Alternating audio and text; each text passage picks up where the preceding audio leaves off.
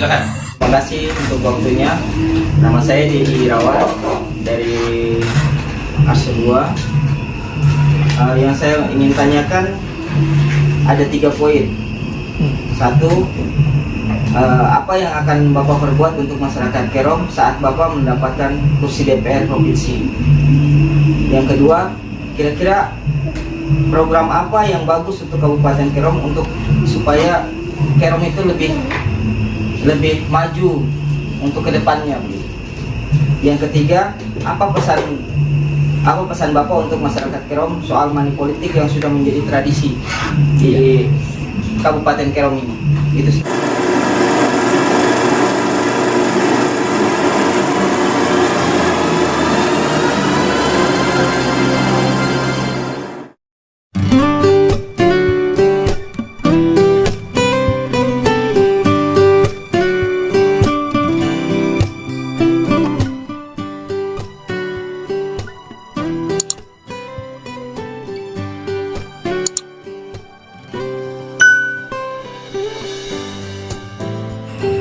Assalamualaikum warahmatullahi wabarakatuh. Selamat berjumpa di Papua Terkini. Saya di Dapur Aisyah. Ini merupakan kedai atau warung kopi di Arsos 2 Jalur 3. Jadi para pemirsa yang ingin kopo-kopo atau duduk-duduk santai, silahkan sambangi kedai Aisyah di Arsos 2. Oke teman-teman dan para pemirsa semua, saat ini saya akan memandu rubrik The Kopis. Apa itu The Kopis? The Kopis adalah merupakan kegiatan di mana di dalamnya adalah obrolan tentang dunia politik. Nah saat ini di hadapan saya ini Pak Gatot Sugiarto, tapi mungkin lebih akrabnya nanti beliau akan memperkenalkan diri. Assalamualaikum Pak. Waalaikumsalam. Ya. Apa kabarnya Pak? Sehat-sehat, alhamdulillah sehat. Para pemirsa Papua Terkini dimanapun berada, beliau adalah salah satu calon atau caleg dari P3. Dan malam hari ini beliau akan memperkenalkan diri. Kami persilakan Pak. Baik. Terima kasih. Assalamualaikum warahmatullahi wabarakatuh. Waalaikumsalam. Selamat malam, salam sejahtera bagi kita semua. Ya. Pertama-tama marilah kita panjatkan puji syukur kehadirat Allah yang Maha Kuasa, yang mana pada malam ini memberikan rahmat dan nikmatnya di tempat Dapur Aisyah di Jalur 3 ini kita bisa bertatap muka, bisa sedikit ya diskusi, bukan kita sok pintar politik ya, kita di dalam kondisi yang sehat walafiat ya, kita syukuri dengan ucapan syukur alhamdulillahirabbil alamin. Alhamdulillah. Ya. Terus atas kesempatan Pak Sobikan ya, telah menyediakan waktu pada malam ini, dan teman-teman yang mungkin ikut hadir sedikit banyak mungkin ada sedikit interaksi nanti ya, kita sama-sama sharing ya, tidak ada yang lebih pintar soal politik karena politik itu adalah sifatnya dinamis, elastis, fleksibel ya. Jadi kita sama-sama belajar bersikapi situasi di 2024. Background saya bisa dikatakan belantik atau pedagang sapi, tapi di sisi lain saya aktif di dunia politik. Setiap pilkada selalu aktif di tim-tim sukses. Setiap pemilu juga begitu, saya terlibat aktif di partai karena saya berpikir bahwa untuk memajukan daerah ya, partisipasi di dunia politik itu harus betul-betul nyata dan harus kita belajar dengan baik. Insya Allah pada kesempatan di 2024 ini saya mencoba mencalon di DPR Provinsi Papua dari Dapil 4 ya, wilayah Kabupaten Kerom dengan menggunakan P3 sebagai partai saya. Partai yang mungkin menurut saya partai idola saya, karena partai itu termasuk partai tertua di antara 3 partai zaman dulu, ada Golkar, PDIP dan P3. Jadi kenapa saya harus memilih P3 karena salah satunya adalah alasan seperti itu. Terus yang kedua, ya, background saya datang ke Papua 1988. Terus saya pernah kerja di Bank Ekspor Impor Indonesia selama 6 tahun. Ya, terus kembali di Arso tahun 1997 sampai sekarang. Jadi bicara soal Arso, transmigrasi, ini adalah keluarga besar saya, keluarga besar kita yang notabene hukumnya wajib kita berpartisipasi untuk bagaimana menjaga marwah masyarakat Tran yang notabene sering dianggap bodoh, dianggap miskin, ya. Maka saya memberanikan diri untuk tampil supaya identitas yang kategori masyarakat dulunya transmigrasi bodoh, ya, miskin, insya Allah kita bisa tampil berpartisipasi di dunia politik, ya. Syukur-syukur nanti di pencalekan di provinsi kita bisa tembus, ya, secara otomatis kita butuh dukungan semua komponen masyarakat Tran seperti itu. Pak Gatot sebagai warga Kerom, ini pasti banyak yang akan bertanya, Pak. Iya. Kenapa Bapak bukan ambil di DPRD Kerom? Kenapa ambil di DPRD provinsi? Pertama, kenapa tidak harus ngambil di Kerom? Jadi saya pernah mengambil ikut pilek di Kabupaten Kerom pada saat itu menggunakan kendaraan Nasdem, ya. Sebenarnya saya juga pada saat itu yang lolos, tapi karena situasi politik saya bisa tergeserkan. Jadi mohon maaf saja untuk di Kerom dengan idealis saya, mohon maaf saja, saya bukan berarti sok. Jadi ketika bicara soal teman-teman DPR di Kerom dengan kondisi seperti ini, kalau kondisi ini terus menerus, yang terjadi adalah ketidak efektifnya teman-teman di DPR. Secara otomatis dia tidak akan bisa maksimal untuk kerja karena dia akan berpikir bagaimana mengembalikan. Tetapi ketika kita bicara soal provinsi dengan pemekaran yang baru ini, mudah-mudahan di provinsi nanti ada wajah-wajah baru yang punya visi misi yang sama untuk betul-betul berjuang untuk menyuarakan dapilnya masing-masing, terutama kita di dapil Kerom adalah mayoritas di sektor pertanian dan peternakan, dan itu adalah bidang yang saya perjuangkan. Ketika kita bicara soal provinsi, ada daya tarik tersendiri. Kenapa saya katakan seperti itu? Karena ketika kita bicara pembangunan di tingkat Kabupaten Kerom, berharap dengan APBD yang seperti sekarang, saya kira sangat lambat untuk kita bicara percepatan pembangunan. Mau tidak mau kita ada bargaining di provinsi, bagaimana kita bisa menarik program-program yang ada di provinsi untuk percepatan di pembangunan di Kabupaten Kerom. Nah, ini kelihatannya selama ini belum terjawab. Karena apa? Karena wakil-wakil kita yang selama ini 40 tahun, ya, Kerom itu transmigrasi Arso itu adalah tahun 83. Kalau sekarang 2003, 2004 itu sudah 40 tahun. Orang Tran itu belum ada yang duduk di DPR Papua. Selalu diwakili orang lain. Sehingga kebutuhan kita yang bisa diselesaikan di tingkat provinsi nggak terselesaikan. Banyak program-program yang bisa kita tarik ke sini, tapi nyatanya sekarang tidak ada. Ya, karena apa? Selalu diwakili orang-orang dari bawah. Satu, kedua, mereka tidak tahu tentang kebutuhan kita, ya, harapan kita, ya, apa yang seharusnya kita dapatkan dari provinsi, program-program apa ini nggak tersentuh.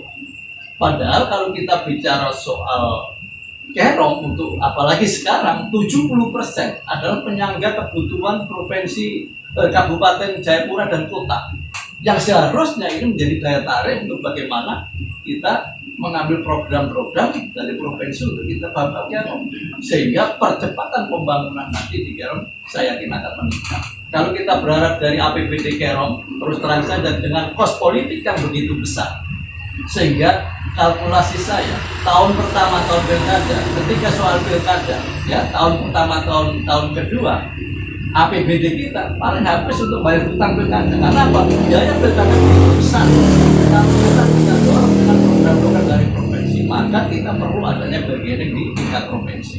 Itu yang tahu tentang kebutuhan Kerom ya memang harus orang dari Kerom. Kalau orang dari luar saya tidak ketemu. Seperti itu, Pak. Oke Pak Gatot. Ya, Kalau saya amati tadi itu masih gambaran secara umum. iya.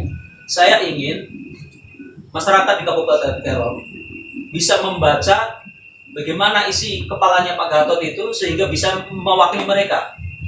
Ya. Ya. Target untuk komisi apa yang akan Bapak menjadi titik targetnya itu? Jadi mau nggak mau kalau bicara komisi ya harus di komisi B, komisi di sektor ekonomi ya. Karena itulah yang menjadi harapan kita. Karena terus terang aja kalau bicara sektor pertanian, ini real ya, sektor pertanian kita itu masih menggunakan alat-alat yang boleh dikatakan tradisional, Pak. Alat-alat yang semi modern pun itu sifatnya bantuan dari pemerintah, ya. Belum ada kesadaran untuk menggunakan alat-alat modern, sehingga ya toh, biaya produksi pertanian kita itu tinggi. Ketika dihadapkan pada persaingan, ketika barang kita dibawa ke pasar, mungkin ada barang lain seperti contoh dari Merauke, ada tomat dari sana. Begitu tomat di sana dijual 8.000 atau 7.000, kita nggak ketemukan apa? Biaya produksi kita tinggi karena menggunakan alat-alat masih tradisional. Bayangkan aja kalau olah tanah itu masih 1 hektar, masih 1 bulan, habis waktunya untuk olah tanah. Bagaimana kita bisa menjual produk yang murah? Nggak akan ketemu. Dan ini harus kita kita perkenalkan petani-petani itu untuk alat-alat yang memang alat-alat yang sudah mulai modern, dan mereka akan ke depan punya kesadaran untuk beli bukan hanya nunggu bantuan dari pemerintah seperti di daerah-daerah lain. Itu satu. Kedua, bagaimana sekarang membangkitkan animo anak-anak muda untuk terlibat di sektor itu, sektor pertanian dan peternakan. Kalau seperti sekarang anak-anak muda suruh bertani, saya kira sulit untuk bisa tertarik. Kenapa? Karena melihat orang tuanya yang kerja pertanian, kerja nyangkul itu keringatnya satu jago, itu nggak menjadi daya tarik untuk anak-anak muda. Ya, nah bagaimana ke depan anak-anak muda ini mindset mereka itu untuk berubah untuk menjadi wirausaha di bidang sektor pertanian dan peternakan. Karena kalau anak-anak muda tidak dibekali itu, mindset mereka selalu pegawai negeri, ya, PNS, tentara, padahal itu jatahnya sedikit sekali, nggak akan bisa mencukupi menampung anak-anak muda. Jadi anak-anak muda itu harus kita ciptakan. Karena lingkungan kita adalah lingkungan pertanian dan peternakan, maka mereka akan kita kenalkan dengan daerah itu, artinya barang itu, yaitu pertanian dan peternakan. Tapi kalau masih menggunakan tradisional, sulit banget. Kita terlibat aktif di sektor pertanian dan peternakan. Ya, itu satu. Kedua, ini contoh kecil saja. Soal sapi, kebetulan bidang saya adalah bidang sapi.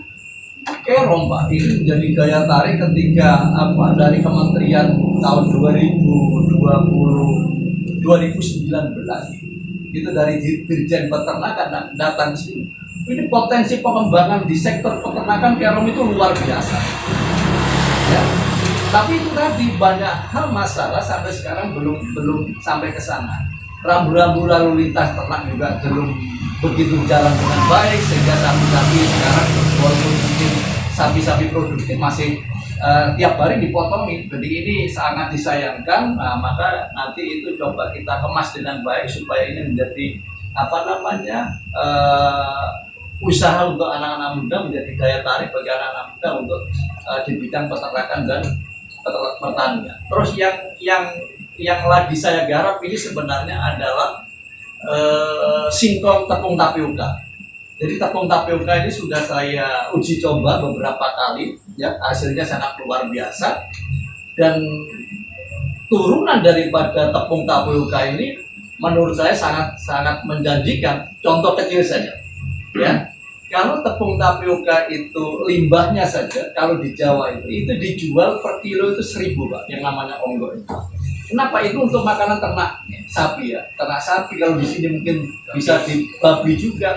Nah, kalau itu tersedia karena memang kita ada ada usaha tepung tapioka, limbah nanti melimpah, maka nanti akan berpikir limbah ini dimanfaatkan untuk apa? Mungkin bisa untuk ternak sapi, untuk babi. Nah, ini menjadi usaha turunan daripada singkong tepung tapioka itu untuk menjadi penghasilan alternatif atau tanaman alternatif yang nantinya akan menarik. Sehingga nanti dengan adanya tepung tapioka ini kalau kita betul-betul kita kelola, saya yakin banyak masyarakat akan tertarik. Karena apa? Hasil daripada singkong ini setelah kajian yang kami lakukan, itu 1 hektar itu butuh tanaman kurang lebih 7.500, sementara 1 pohon itu dengan singkong untuk tepung tapioka kemarin uji coba menghasilkan 1 singkong itu ada 1 pohon itu adalah 10 kilo.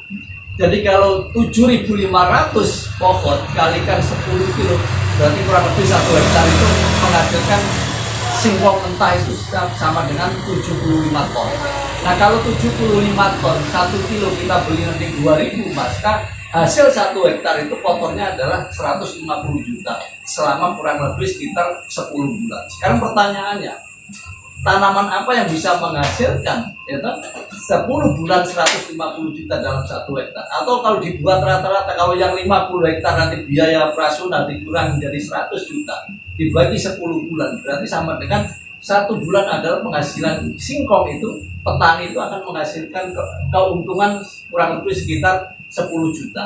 Dan ini sangat menarik sekali. Karena apa? Karena di samping ini menciptakan ruang-ruang baru di sektor pertanian, ini akan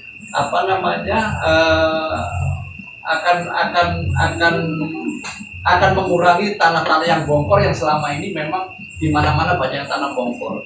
Artinya ini bagian daripada alternatif pilihan daripada masyarakat untuk bertani. Ada jagung yang sekarang sudah bagus, ada singkong nanti kita kerjakan, ada kelapa sawit yang sebenarnya kelapa sawit itu juga ada revitalisasi yang sekarang dikerjakan di kementerian itu, Pak. Itu bukan dikerjakan hanya untuk operasi saja. Itu untuk kelompok gapoktan itu bisa juga 10-20 hektar itu bisa untuk dikerjakan, tapi sekarang ini tidak ada informasi ke petani. Nah, ini sampai sekarang belum dikerjakan. Jadi itu yang nanti mungkin kita push, kita kejar bagaimana target-target itu bisa kita sosialisasi di lapangan dan masyarakat bisa menyambut. Dan insya Allah nanti ini menjadi pemikiran-pemikiran baru di bidang sektor peternakan dan pertanian. Seperti itu, Pak. Oke. Terima kasih Pak Gatot Sugiharto yang sudah kita saksikan bersama ya dengan pemaparan yang demikian rinci dan jelas ya kalau yang menjadi pembicaraan beliau adalah di sektor pertanian, berarti masuk di Komisi B. Kami persilahkan kepada para audiens untuk bertanya atau memberi saran. Silakan perkenalkan ya. Silakan. Terima kasih untuk waktunya. Nama saya Dedi Irawan dari ARSO 2. Yang saya ingin tanyakan ada 3 poin. 1, apa yang akan Bapak perbuat untuk masyarakat Kerom saat Bapak mendapatkan kursi DPR provinsi? Yang kedua, kira-kira program apa yang bagus untuk Kabupaten Kerom untuk supaya Kerom itu lebih maju untuk kedepannya. Yang ketiga, apa pesan Bapak untuk masyarakat Kerom soal money politik yang sudah menjadi tradisi di Kabupaten Kerom ini? Itu sih. Oke, terima kasih. Pertanyaan ini sebenarnya tadi sebagian sudah jawab, cuma perlu saya ulangi kembali. Jadi ketika Tuhan izinkan saya nanti bisa duduk di sana karena dukungan oleh masyarakat transmigrasi ARSO, tentunya yang perlu saya sampaikan adalah kebutuhan masyarakat yang ada kaitannya dengan sektor pertanian dan peternakan, ya. Karena memang basic daerah kita adalah di sektor pertanian dan peternakan. Apa itu? Salah satunya seperti saya katakan, mungkin untuk mendorong pemerintah lebih banyak lagi untuk provinsi bisa menurunkan program sapi, karena memang daerah kita sangat berpotensi untuk bidang pengembangan sapi. Kedua adalah di sektor pertanian dan perkebunan, karena 70% Jayapura dan kota dan Kabupaten Jayapura adalah disanggah oleh Kabupaten Kero. Ini menjadi sebuah magnet tersendiri yang bisa kita perdebatkan nanti dengan teman-teman eksekutif ketika kita duduk di DPR provinsi. Nah, kenapa? Karena memang di antara daerah, di antara kabupaten-kabupaten yang ada di provinsi Papua, ini yang sektor pertanian dan peternakan itu paling menarik adalah di Kerong. Jadi kita menjadi satu kunci ya untuk bisa kita berargumentasi bagaimana program-program nanti kita bisa bawa ke sini. Itu satu. Kedua, sektor yang paling real yang sebenarnya bisa merubah situasi ekonomi Kerong sebenarnya itu tadi ya. Jagung sekarang sudah dikerjakan oleh Pak Bupati, sawit oleh teman-teman sekarang lagi gaungnya luar biasa, tinggal mungkin peremajaan kita perluas lagi karena memang sawit-sawit kita ini sudah banyak yang perlu diremajakan. Itu memang harus kita rombak ke depan mungkin dengan pendekatan kita teman-teman DPR provinsi ke kementerian maupun dengan dinas terkait yang ada di provinsi. Terus di sektor pertanian yang seperti saya katakan tadi itu, supaya nanti tidak ada istilah banjir di lapangan, maka ada alternatif lain yang harus kita bawa itu tadi, yang sekarang lagi saya kaji dengan teman-teman, yaitu tepung tapioka. Karena kebutuhan Indonesia terutama dengan tepung tapioka itu cukup besar sekali. Impor kita dari luar itu begitu besar untuk tepung tapioka. Kenapa kita tidak menyuplai? Kenapa kita tidak membantu Jakarta, Jawa untuk bisa menghasilkan tepung tapioka?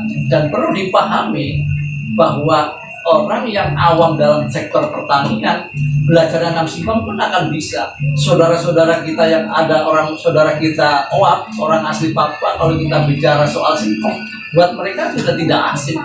Maka program ini sifatnya adalah universal untuk saudara-saudara kita di Kerong, baik pendatang maupun orang saudara kita asli Papua itu bisa berbisnis untuk singkong. Dan ini yang seperti contoh daerah Jawa saja, di daerah Pati itu satu distrik, satu kecamatan itu pabrik sampai ada 25 unit. Itu pabrik itu. Satu distrik sampai di sana itu 20 tempat itu. Dan sekarang di Jawa itu lagi gelambangkan untuk bahan baku. Bayangkan saja, singkong aja bahan baku di sana pakai preman, pakai makelar. Jadi kalau kalian itu bawa singkong di jalan sudah dihadang oleh preman. Preman itu yang akan mengantar ke pabrik-pabrik. Jadi pabrik itu ada kerjasama dengan preman supaya mendapatkan bahan baku. Coba, begitu mahalnya singkong. Ya, di sana sekarang harganya bahan baku di singkong di padi di Jawa itu kurang lebih 2.500 per kilo. Coba berapa hasilnya petani singkong di Jawa? Luar biasa. Nah ini kita harus berpikir ke sana. Yang notabene tidak terlalu sulit. Kenapa sih saya katakan singkong? Dengan kondisi sulitnya pupuk sekarang, ya, karena perang Ukraina dengan Rusia, maka pupuk kita terhambat. Saya yakin dengan tanaman singkong ini adalah alternatif solusi yang terbaik untuk komoditi tanaman. Kenapa? Nggak perlu pupuk kita, ya, perawatannya tidak terlalu susah, hasilnya luar biasa. Tepungnya dibutuhkan untuk pabrik-pabrik roti dan pabrik-pabrik kios daging.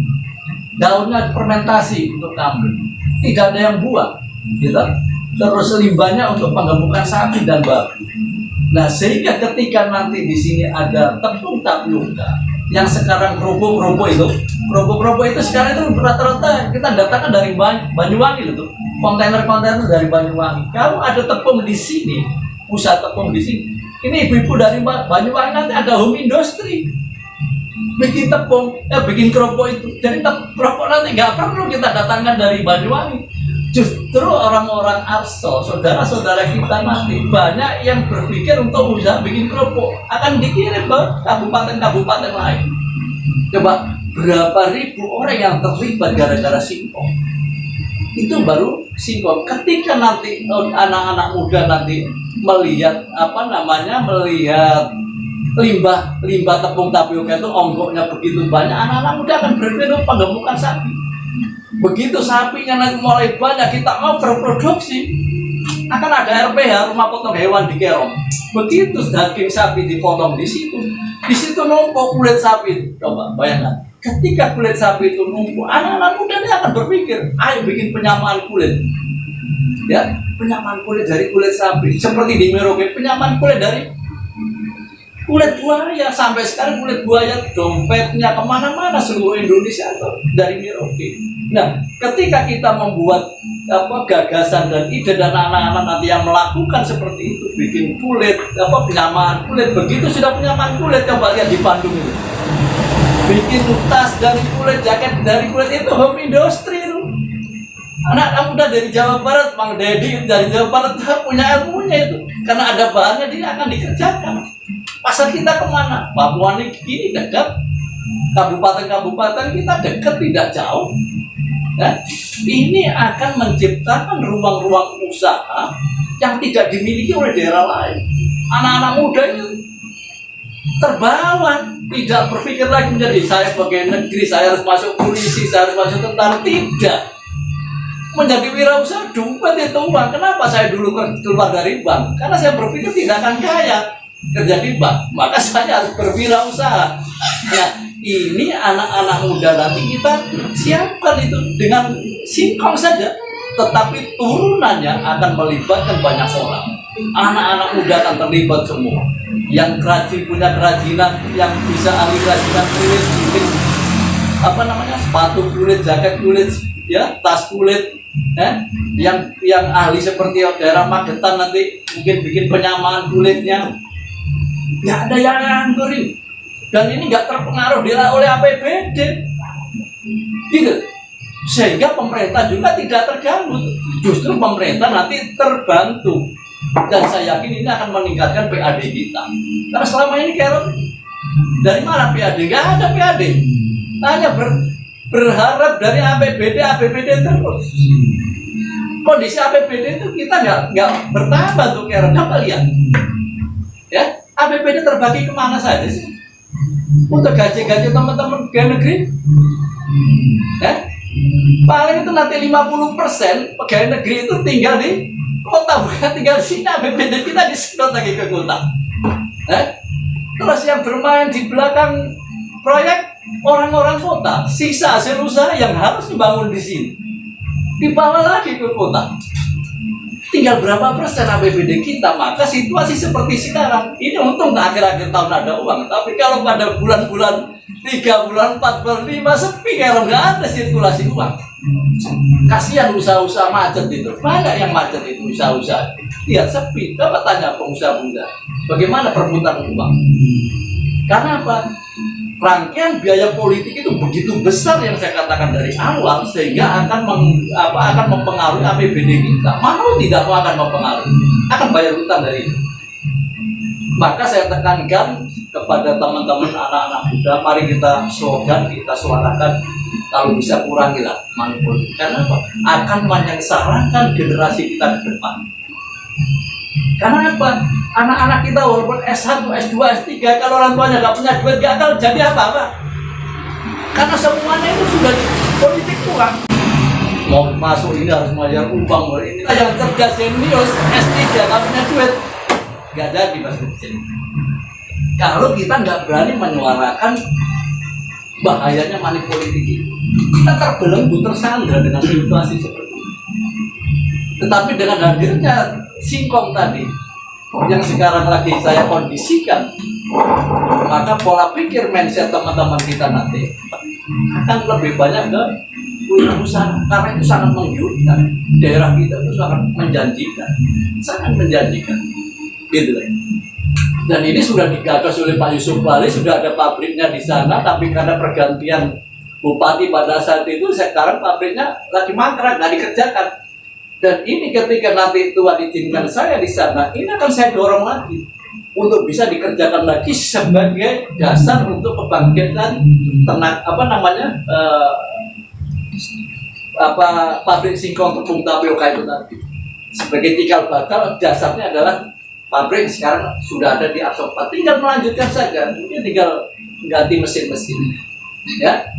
Itu yang nanti kita dorong karena itu menjadi daya tarik. Nah, waktu nanti kita coba kita presentasikan lagi yang lebih detail lagi soal bagaimana sih soal singkong, karena ini menjadi daya tarik. Tanamannya nggak susah, nggak perlu pupuk, tapi hasilnya itu luar biasa. Gitu, saya kira seperti itu. Silakan. Oke, terima kasih Pak Gatot ya. Karena sudah terjawab ya. Siap. Sudah terjawab. Mungkin ada yang bertanya lagi? Ada. Oke, silakan. Baik, perkenalkan nama saya Muksin, saya pemuda di Kampung Yonain. Terima kasih atas kesempatan yang telah diberikan. Di sini yang saya mau tanyakan bahwa calon legislatif itu mempunyai visi misi. Visi misi ini harus serasi dengan jalannya di partainya ya, gitu kan. Selanjutnya ada program. Dari visi misi itu caleg ini harus mempunyai program. Apakah Bapak punya program itu hanya di bidang pertanian saja atau ada di bidang lain gitu? Karena kalau dibilang suatu pembangunan dibilang maju yaitu infrastruktur. Infrastrukturnya maju berarti kabupaten itu dia sudah berkembang seperti kayak gitu. Itu yang pertama. Yang kedua, gimana Bapak bisa meyakinkan kami warga Kerom bisa untuk memilih Bapak gitu? Kalau seandainya kami sudah memilih, apa ya maksudnya harapan kami yang bisa kami dapat gitu? Apakah kami sebagai pemuda sini bisa diperhatikan dari pemerintah, apalagi Bapak di provinsi kan gitu? Karena kebanyakan selama ini di provinsi sangat jarang diturun ke paling terendah di kampung, bahkan di daerah pedalaman. Apalagi kita di Kerom ini daerah perbatasan Papua Nugini gitu. Daerah perbatasan Papua Nugini banyak sekali masyarakat yang ya mohon maaf kurang diperhatikan gitu. Gimana Bapak cara mengatasi hal-hal tersebut gitu? Ya, mungkin sebelum dijawab ya, saya sedikit koreksi karena ini sifatnya adalah sosialisasi. Iya. Ya, jadi mungkin yang dijawab Pak Gatot jangan terlalu runcing ya, tajam sehingga terkesan nanti kampanye. Karena ini hanya bicara politik, bincang-bincang politik agar apa yang selama ini menjadi simpul-simpul itu bisa terurai. Gitu. Permasalahan-permasalahan terutama di Kabupaten Kerom ini. Mungkin seperti itu ya. Ya. The Kopis ini adalah memberi ruang kepada siapa saja yang ingin duduk di legislatif. Mari kita beri ruang untuk membicarakan sesuatu sehingga masyarakat nanti akan bisa melihat mana yang layak dipilih. Seperti pernyataan tadi, ada pertanyaan yang sangat sebetulnya ini juga pasti banyak kalau kita dengar itu dialog ini akan bikin sakit telinga ya. Tapi itu fakta yang barang itu terasa tapi tidak kelihatan seperti money politik tadi itu ya. Tapi mudah-mudahan dengan ruang The Kopis ini yang akan kita adakan dari warung-warung kopi dan seperti ini di Dapur Aisyah Arso 2 ini mudah-mudahan menjadi wahana ruang gitu sehingga masyarakat bisa melihat tidak harus melulu tadi itu yang dikhawatirkan akan terulang dan terulang karena dengan money politik itu ya betul-betul masyarakat betul-betul selera ya. Karena ya itu tadi hasilnya seperti itu. Mungkin langsung bisa dijawab Pak Gatot. Baik, terima kasih ya Pak Mas Muksin ya. Ini generasi kita luar biasa ini. Ya, saya mau mencoba untuk sedikit mengulas Refleksi Pak. refleksi ya pertanyaan Mas Muksin tadi. Jadi untuk meyakinkan publik tentunya ketika nanti insya Allah Tuhan izinkan, maka terus terang aja Mas Muksin, saya cenderung sebagai berkelanjutannya sebuah kepemimpinan itu adalah di anak-anak muda. Nah untuk meyakinkan itu ya saya mencoba meramu bahwa ke depan kalau Tuhan izinkan maka saya sesering mungkin diskusi sama anak-anak muda. Ya, satu, kedua menjaring aspirasi mereka. Kalau perlu kita sama-sama studi banding kira-kira apa kebutuhan, apa kemauan anak-anak muda, seperti apa. Kita ajak seperti contoh mungkin ya, membuat tembakau dari daun talas.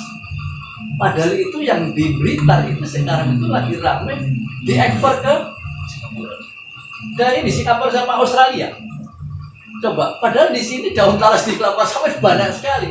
Kenapa kita nggak manfaatkan? Ini kan perlu ada studi banding. Kita ajak anak-anak muda supaya kreativitas itu akan muncul. Salah satunya, kenapa jamur sawit saya coba untuk saya hadirkan? Ini bagian daripada kebutuhan anak muda sebenarnya, bukan anak-anak muda saja, kebutuhan masyarakat kita, ya toh, untuk menjadi sebuah alternatif dalam bidang usaha di sektor yang sekarang kita geluti, baik sektor pertanian maupun peternakan. Ya. Nah itu yang nanti akan kita dorong, gitu, kita sama-sama kita bagaimana meramu sehingga nanti banyak usulan yang kita bawa Mas Bisir, banyak usulan yang akan kita perdebatkan di DPR nanti soal aspirasi-aspirasi masyarakat kita, terutama anak-anak muda. Karena kebangkitan Kerom ini ya kebangkitan anak-anak muda yang saya dorong ini sebenarnya anak-anak muda. Bahkan kalau usia saya sebenarnya sudah tidak efektif untuk maju di DPR Provinsi Papua. Tapi karena 40 tahun tidak ada teman-teman transmigrasi, mungkin karena tidak ada keberanian. Bahkan sekarang pun yang menyalonkan ke provinsi, kalau hitung-hitungannya sangat minim sekali kalau anak-anak asli dari ASO. Ini kan sangat disayangkan. 65% loh DPT Kerom itu ada di transmigrasi. Kenapa sih kita tidak berani? Kalau bicara soal Mas Muhsin katakan tadi masyarakat kita, saudara kita, wah yang di perbatasan itu. Mas Muhsin, saya 2019 ya, saya kalau masuk daerah web, gitu, daerah mana itu, Sukopro, Kriko, itu saya sering menangis. Mohon maaf ya, saya jiwa sosial saya itu tinggi. Gak tega melihat seperti, bahkan sekarang pun, ya toh, sekarang pun adik-adik kita di sana itu, kalau saya ke Sandy, itu sering saya memuatkan mobil sapi. Saya mohon maaf karena saya bawanya mobil sapi. Saya sering beli pisang goreng itu 100.000 karena melihat mereka jalan kaki sekolah puluhan kilo, itu nggak tega. 2009, 2015, saya punya film, punya konsep, gitu. Harusnya pemerintah itu, mohon maaf kita bicara pendidikan Mas, kita kembali lingkupnya, kita meluas nggak masalah, nggak apa-apa. Pendidikan, kalau kita biarkan seperti itu seolah nggak ada tanggung jawab pemerintah itu. Kenapa? Biaya pendidikan APBN kita besar sekali untuk pendidikan. Kalau produknya, outputnya seperti itu, ya outputnya seperti itu, anak kelas 6 nggak bisa baca. Terus seperti apa pendidikan kita ke depan? Padahal itu juga anak-anak bangsa. Nah konsepnya harusnya Mas, dengan adanya dana desa ini, harusnya itu sekolah satu atap, biayai sama-sama, gitu. Mulai SD, SMP, SMA satu atap, hadirkan di situ tempat ibadah gereja, di situ dihadirkan rumah pendeta, rumah-rumah komplek guru harus ada di situ. Anak-anak yang sekolah juga harus tinggal di situ. Bisa makan kenyang, bisa belajar kenyang. Nah, kalau sekarang pertanyaannya, dia di Banda, jalan kaki, sekolahnya di Kalibong, berapa kilo? Saya tanya, adik berangkat jam berapa? Jam 5. Kalau berangkat sudah makan belum? Belum. Bisa nggak menerima pelajaran? Begitu nyampe di sekolah, gurunya tidak ada lagi. Hanya mandi-mandi di Kalibong jam 12, jam 13, jam 1, ikut mobil pulang. Ini kan memprihatinkan. Nah ini coba kita dorong. Mungkin kalau dari kabupaten mungkin tidak sampai, ya saya coba untuk bicara di tingkat provinsi nanti seperti apa konsepnya. Tetapi mau nggak mau, itu pemekaran harus dilakukan. Kita bicara lingkup Kabupaten Kerom, itu terlalu luas daerah kita. Coba kalau kita bicara sekarang pelayanan publik aja dari presiden, ya bantuan-bantuan sosial dari presiden, itu dibutuhkan apa? Data kependudukan, KTP, kartu keluarga. Sekarang pertanyaannya, mereka punya nggak? Kalau nggak punya, mereka nggak dapat. Akhirnya yang dapat sebagian besar orang-orang masyarakat kita terang ini. Padahal posisi sama antara kita dengan saudara-saudara kita. Oh, di sana itu sama. Karena tidak ada maksimalnya pelayanan publik, mereka nggak dapat jatah. Kasihan kan tidak? Maka sebenarnya ini harus dipercepat untuk pemekaran. Paling tidak supaya apa? Pelayanan pendekatan publik itu harus dikerjakan supaya mereka juga bisa sejajar dengan kita, punya KTP, punya kependudukan. Kalau orang-orang tahu seperti di sana mau ngurus KTP harus bayar mobil, berapa juta nyampe di sini? Hanya KTP saja. ini kan masalah krusial yang sekarang kadang-kadang nggak tersentuh. Padahal bicara soal kebijakan, bicara soal kewajiban pemerintah itu harus dikerjakan sebagai bentuk tanggung jawab pelayanan publik. Kasihan mereka.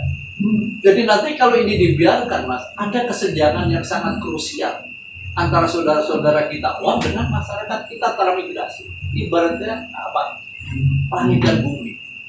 Maka singkong itu tadi saya katakan. Dan makanya saya ada kemasan saya ini, anak singkong itu. Singkong itu menjadi jembatan emas yang akan mensejajarkan antara kebutuhan kita, pendapatan kita dengan mereka, karena mereka juga kita berdayakan tanam singkong. Mereka sudah biasa nanam singkong. Jadi nggak ada istilah tepung tapioka itu banjir, tidak ada. Karena di Jawa kebutuhan tepung tapioka beribu-ribu ton. Berapa sih kemampuan kalau satu kabupaten ini diciptakan untuk tepung tapioka saja? Belum cukup kan, masa impor kita? Nah ini ruang yang sebenarnya kita harus kerjakan. Kelihatan sepele, oh singkong. Tapi ketika kita dalami, kita bedah dalamnya, tepung tapioka kita bedah dalamnya, ternyata yang terlibat bukan orang-orang trans sendiri, orang-orang asli juga kita libatkan, maka nanti ekonomi kita akan tumbuh, PAD kita akan bagus. Tidak ada ketergantungan dengan APBD kita, sehingga nanti ekonomi kita kuat, ya, kondisi daerah kita aman, ya, ekonomi maju, otomatis pendidikan juga akan maju. Saya kira seperti itu singkatnya. Oke, terima kasih Pak Gatot, dan saya rasa cukup ya. Sedikit lagi ya. Oke, silakan. Baik, sebelumnya saya minta maaf karena saya tanya seperti itu karena kita di sini kan berbicara tentang kesadaran politik, gitu kan? Iya. Kenapa saya menyampaikan seperti itu? Karena selama ini caleg-caleg ketika ditanya kenapa saya harus memilih Anda gitu. Iya. Dan kalau kamu memilih saya, nanti saya kasih kamu ini. Nah itu sama saja dari berbicara soal money politik, walaupun dia kasih barang, tetapi itu berbicara tentang money politik gitu. Jadi itu sudah di luar, maksudnya ya kalau mau dibilang dapat hukuman bisa dapat hukuman juga karena itu sama saja dengan halnya money politik gitu. Mengapa saya tanya seperti itu? Karena itu, apakah Bapak seperti itu gitu kan? Tapi alhamdulillah Bapak tidak seperti itu karena seperti kalau dibilang berbicara tentang politik, sejarah politik dari bahasa Yunani, endaimonia atau the good life, kehidupan yang baik, yaitu seperti yang Bapak sampaikan tadi, bahwa kita berbicara politik ini yang baik-baik untuk kepentingan masyarakat, seperti itu Pak. Jadi pada hari ini diskusi ini sangat menarik gitu. Kenapa tadi ada pancingan-pancingan seperti itu? Karena seperti itu, bahwa kita di sini belajar tentang politik, kesadaran politik. Ketika caleg ditanya seperti itu, jawabnya seperti yang saya bilang tadi, ya otomatis ya sama halnya ya sama politikus yang lain gitu. Jadi kita di sini belajar politik yang baik gitu. Jadi untuk Papua dan Kerom yang lebih maju seperti itu. Oke, terima kasih. Saya rasa tidak usah tanggapi lagi. Iya, nggak usah. Iya. Oke, pemirsa Papua terkini dimanapun berada, tadi kita sudah mendengar pemaparan dan pertanyaan yang cukup tajam, dan saya rasa ini adalah merupakan wahana yang bagus untuk kita belajar politik ya, di program The Kopis. Buat teman-teman yang akan ikut berkontestasi di Pileg 2024, silahkan bisa bergabung di program Papua terkini yaitu The Kopis. Oke, kita akan berjumpa di video mendatang. Mungkin saya ada sedikit ini penutup ya. Sebelum ditutup, kami persilakan Pak Gatot untuk baik. Oke, terima kasih kepada masyarakat Kerom semua, baik saudara-saudara dari transmigrasi maupun saudara-saudara kita asli Papua. Marilah kita bergandengan tangan. Kesempatan 5 tahun sekali ini kita manfaatkan sebaik-baiknya untuk memilih figur yang terbaik yang ke depan akan merubah situasi Kerom yang lebih baik daripada sekarang. Terima kasih atas perhatian semuanya. Saya ucapkan Assalamualaikum warahmatullahi wabarakatuh dan selamat. Oke, terima kasih. Kita akan berjumpa di program di rubrik Kopis berikutnya. Wassalamualaikum warahmatullahi wabarakatuh. Waalaikumsalam. Waalaikumsalam.